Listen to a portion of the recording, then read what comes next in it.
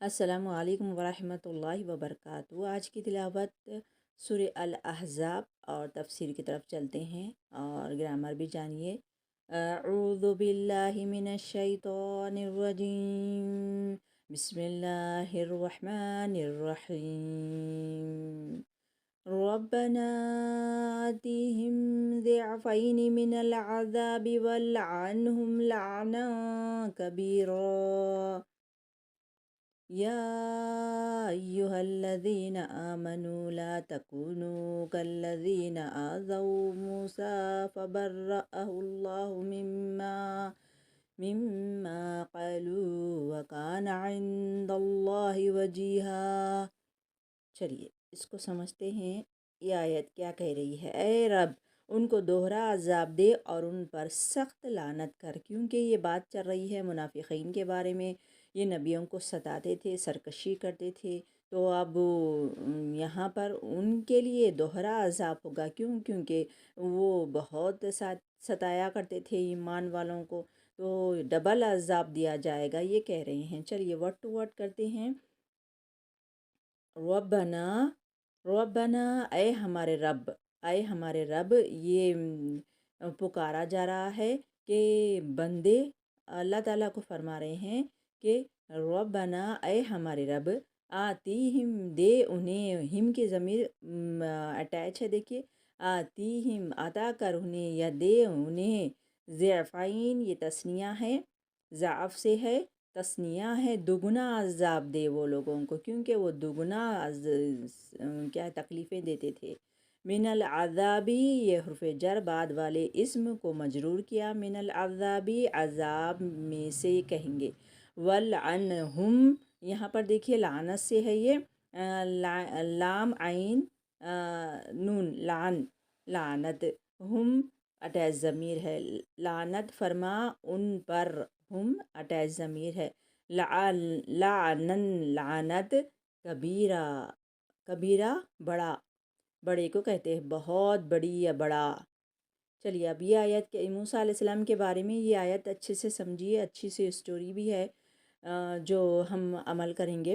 اے لوگو جو ایمان لائے ہو، ان لوگوں کی طرح نہ بن جاؤ جنہوں نے موسیٰ علیہ السلام کو اذیتیں دی تھی، پھر اللہ نے ان کی بنائی ہوئی باتوں سے اس کی برات فرمائی اور وہ اللہ کے نزدیک باعزت تھا۔ یہ تو چھوٹی سی اسٹوری ہے، دیکھیے اچھے سے غور سے دیکھیے، سنیے۔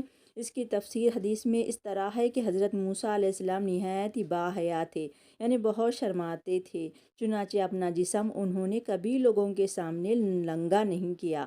بنو اسرائیل کہنے لگے کہ شاید موسیٰ علیہ السلام کے جسم میں برس کی یا داغ یا کوئی اور قسم کی آفت ہے، جس کی وجہ سے یہ ہر وقت لباس میں ڈھکے چھپے رہتے تھے۔ ایک مرتبہ حضرت موسیٰ علیہ السلام تنہائی میں غسل کرنے لگے، کپڑے اتار کر ایک پتھر پر رکھ دیے، پھر پتھر اللہ کے حکم سے کپڑے لے کر بھاگ کھڑا ہوا۔ حضرت موسیٰ علیہ السلام اس کے پیچھے پیچھے دوڑے، حتیٰ کہ بنی اسرائیل کی ایک مجلس میں پہنچ گئے۔ انہوں نے حضرت موسیٰ علیہ السلام کو ننگا دیکھا تو ان کے سارے شبہات دور ہو گئے۔ موسیٰ علیہ السلام نہایت ہی حسین، جمیل اور ہر قسم کے داغ اور وہ عیب سے پاک تھے۔ سبحان اللہ، دیکھیے اتنے خوبصورت رہنے کے باوجود اپنے جسم کو ڈھانپے اور مذکر تھے۔ یہ عورتوں میں یہ باحیا رہنا ہے نا، مگر مذکر رہنے کے بعد، مرد ہونے کے باوجود اپنے آپ کو کبھی ننگا نہیں کیے اور فل لباس پہنتے تھے۔ دیکھیے یوں اللہ تعالیٰ تبارک تعالیٰ نے معجزانہ طور پر پتھر کے ذریعے سے ان کے اس الزام اور شبہے سے برات کر دی جو بنی اسرائیل کی طرف سے ان پر کیا جاتا تھا۔ یہ موسیٰ علیہ السلام کے حوالے سے اہل ایمان کو سمجھایا جا رہا ہے کہ تم ہمارے پیغمبر آخر الزماں حضرت محمد مصطفیٰ صلی اللہ علیہ وسلم کو بنی اسرائیل کی طرح ایذا مت پہنچاؤ اور آپ صلی اللہ علیہ وسلم کی بابت ایسی بات مت کرو جسے سن کر آپ صلی اللہ علیہ وسلم آپ کو تکلیف ہو۔ تو یہی بات ہے کہ آپ شادی نے کیوں کی، ایسے باتیں مت کرو، بتا رہے ہیں اللہ تعالیٰ۔ چلیے ورڈ ٹو ورڈ کرتے ہیں۔ یا ایہا الذین، یہ حرف ندا ہے، پکارا جا رہا ہے کہ لوگوں کو، ایمان والوں کو، یا اے لوگو، الذین جمع کے لیے، اے لوگو جو آمنو ایمان لائے ہو، لا تکونو تم نہ کہو، تم کانا یکونو کون، یہ ہو جانا کہ ہے، یا نہ تم ہو جاؤ، نہ تم ہو جاؤ کل لذینہ، یہ کاف شرطیہ کے ہے، ان کی طرح کی میننگ آتے ان کی طرح، الذین جنہوں نے آذو، یہ تکلیف سے ہے، اذیتیں دیے، موسیٰ علیہ السلام کو، کئی طرح کے باتیں کرتے تھے کہ آپ فل لباس کیوں پہنتے ہیں، آپ میں کچھ نقص ہوں گا، داغ دبا ہوں گا، اسی لیے اپنے جسم کو ظاہر نہیں کرتے۔